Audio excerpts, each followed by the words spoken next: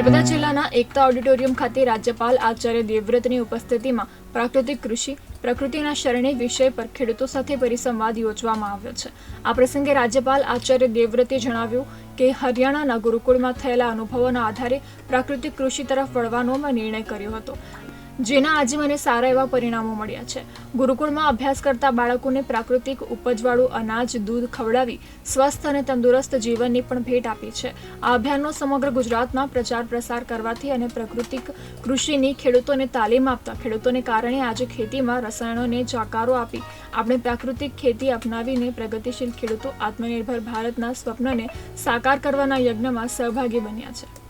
સમગ્ર વિશ્વ global warming જેવી ગંભીર સમસ્યા સામે લડી રહ્યું છે, ત્યારે ખોરાકી ઝેરના કારણે મનુષ્યના શરીરમાં થઈ રહેલા વિવિધ રોગોનો એકમાત્ર ઉપાય પ્રાકૃતિક કૃષિ છે। પ્રાકૃતિક કૃષિના માધ્યમથી આપણા બાળકોને સ્વસ્થ જીવનની ભવિષ્યમાં ભેટ આપી શકીએ તેમ છે।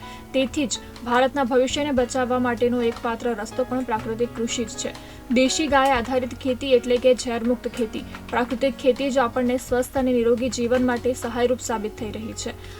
આ પ્રસંગે રાજ્યપાલે કાર્યક્રમમાં ઉપસ્થિત પ્રાકૃતિક કૃષિ કરતા ખેડૂતો, પ્રાકૃતિક કૃષિ અંગે તાલીમ આપતા માસ્ટર ટ્રેનર્સ, કૃષિ સખી, CRP તેમજ જિલ્લાના ખેડૂતો સાથે સંવાદના રૂપમાં સીધી પ્રશ્નોત્તરી સાથે પ્રાકૃતિક કૃષિ અંગે વિસ્તૃતમાં ચર્ચા સાથે માર્ગદર્શિત કર્યા હતા। તેમાં વિવિધ પ્રજાતિઓની ગાયોની સામે દેશી ગાયો આપણને પ્રાકૃતિક કૃષિમાં કેટલી મદદરૂપ થઈ શકે છે તે અંગે વિસ્તારથી ખેડૂતોને માર્ગદર્શન પૂરું પાડ્યું હતું।